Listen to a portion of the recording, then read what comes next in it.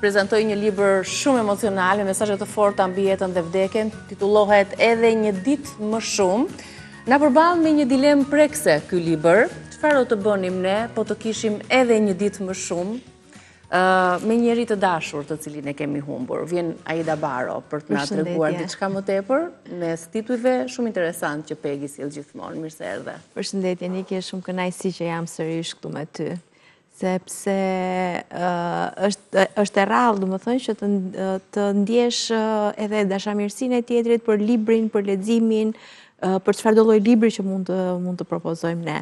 Si ky titull, çfarë e bën këtë histori kaq të dhimbshme, emocionuese në fakt, se lexuesit patjetër do ta ketë në dorë këtë ditë. Është një libër i mrekullueshëm, është një libër shumë i dhimbshëm, është një libër që na flet sidomos njerëzve që, domethënë, ju flet edhe njerëzve që i kanë humbur prindrit, nënën, babain ose një njeri të dashur, por ju flet edhe njerëzve që i kanë, për t'ju hapur sytë edhe për t'ju treguar, domethënë, që nëna dhe babai janë aty ende, mund t'ia thonë ato gjërat që duan, mund t'i përqafojnë, mund t'u rrinë pranë, mund të kalojnë kohë me të.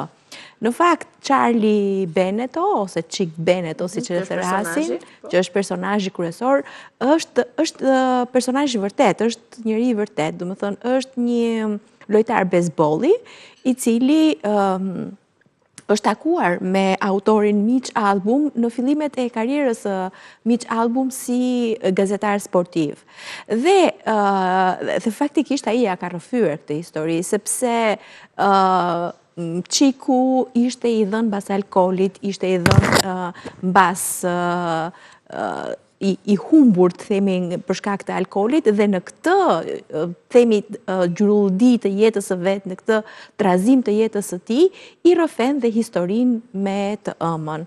Kuptohet që ka edhe element fiction, sepse momentin që ai është midis ka psuar një aksident sepse është përpjekur të vrasë veten, takon të ëmën dhe fillojnë të dy bashk të rizbulojnë pjesë të së shkuarës së tyre, të fëmirisë së Chick Benettos, pse e ëma mbeti vetëm, pse i ati i la dhe ky gjithmonë fajsonte veten e tij. Pa ditur dhe njohë sakrificat që kishte bërë ëma. Pa e ditur fare, madje ka një element shumë të bukur dhe më shkujtuar gjithë këto ditët edhe për 8 marsin. Nëna e tij, pavarësisht se i ati e la, nuk u dëshpëruar, ose më saktë nuk e tregoi dëshpërimin. Nuk e shfaqi, sidomos në sy të birit, dhe ajo vazhdonte të vishej bukur, vazhdonte të ishte, po ajo grua e bukur, dhe ai xhelozonte për të ëmën. Donte që nëna e tij të ishte si gratë e zakonshme, që dëshpërohen, që vazhdojnë, domethënë, të kujdesen për familjen, por pa u kujdesur për veten, duke harruar veten e tyre. Dhe sa gra shqiptare, sidomos shqiptare, e bëjnë këtë gjë. Momentin që mbeten vetëm nga një divorc, nga një humbje bashkëshortit e tjerë, e rrëzohen. Domethënë nuk arrin të kenë fuqinë që të ballojnë. Edhe të japin. Pikërisht, ky është mesazhi që, si thua, është një lloj tjetër mesazhi që mund ta marrë kushdo që e lexon këtë libër. Dhe patjetër që mesazhi kryesor është dashuria që kemi dhe shfaqja e kësaj dashurie, shfaqja e ndjenjave që kemi ne për familjarët, sidomos për nënën, përgjithsisht në kulturën tonë figura e nënës është një figurë e shenjtë, ndoshta edhe për lexuesin, ndoshta do t'japi një mesazh të fuqishëm, edhe për të treguar ato që sapo përmende, që nëse ke një dashuri, ndjen diçka, shprehet dashurin, komunikohen, nxirr atë fjalën e bukur. Patjetër, sepse ne jemi shumë të përmbajtur në shfaqjen e ndjenjave.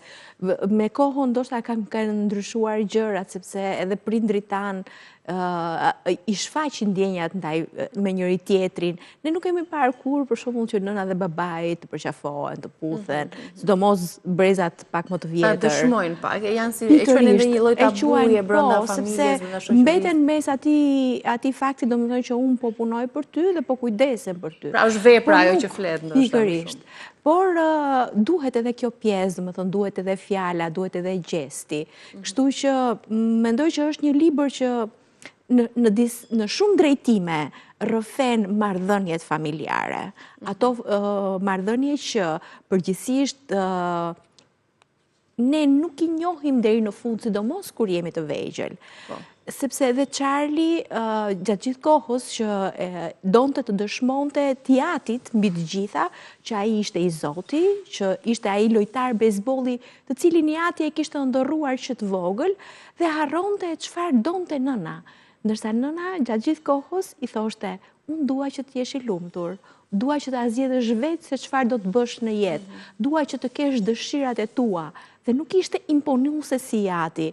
Ndërkohë, Tiati kur qiku nuk arrinte, domethënë të ishte ai lojtari i bejsbollit i famshëm, që ta njihte gjithë bota, ishte shumë i ftohtë, shumë i egër, dhe në këtë kuptim ai gjatë gjithë kohës donte t'i tregonte Tiatit çfarë aftësie kishte.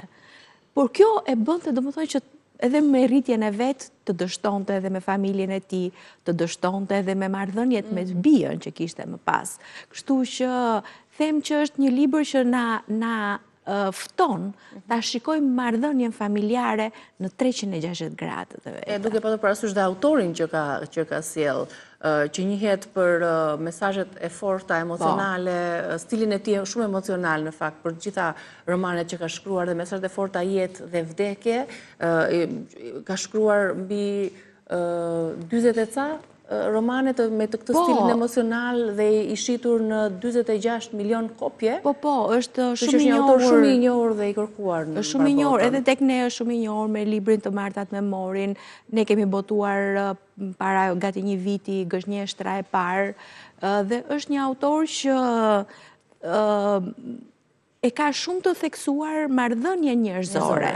Në raporte familjare, shoqërore, pra kur kush e do këtë marrëdhënie dhe kush e do këto emocione të forta përmes një libri është një prej tyre, edhe një ditë më shumë për të kuptuar dhe për të zbërthyer më së brendshmi gjithçka që këtu flitet, kur e ke dikën në zemër, po përmend le themi citatin me shiri të kuq që ndoshta Pegi ka një arsye pse e ka vendosur, kur e ke dikën në zemër, ai njeriu kur nuk largohet plotësisht dhe mund të ndodhë që edhe atëherë kur nuk ka më gjasa të kthehet sërish pranë teje.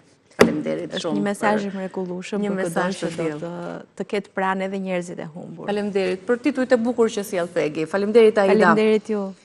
Ne do të kalojmë tani tek një temë të cilën e kemi zhvilluar ditë më parë dhe bëhet fjalë për Diva 2025, eksperti ekonomist tregon se si do t'i deklaroni të ardhurat tuaja personale. Ndiqeni.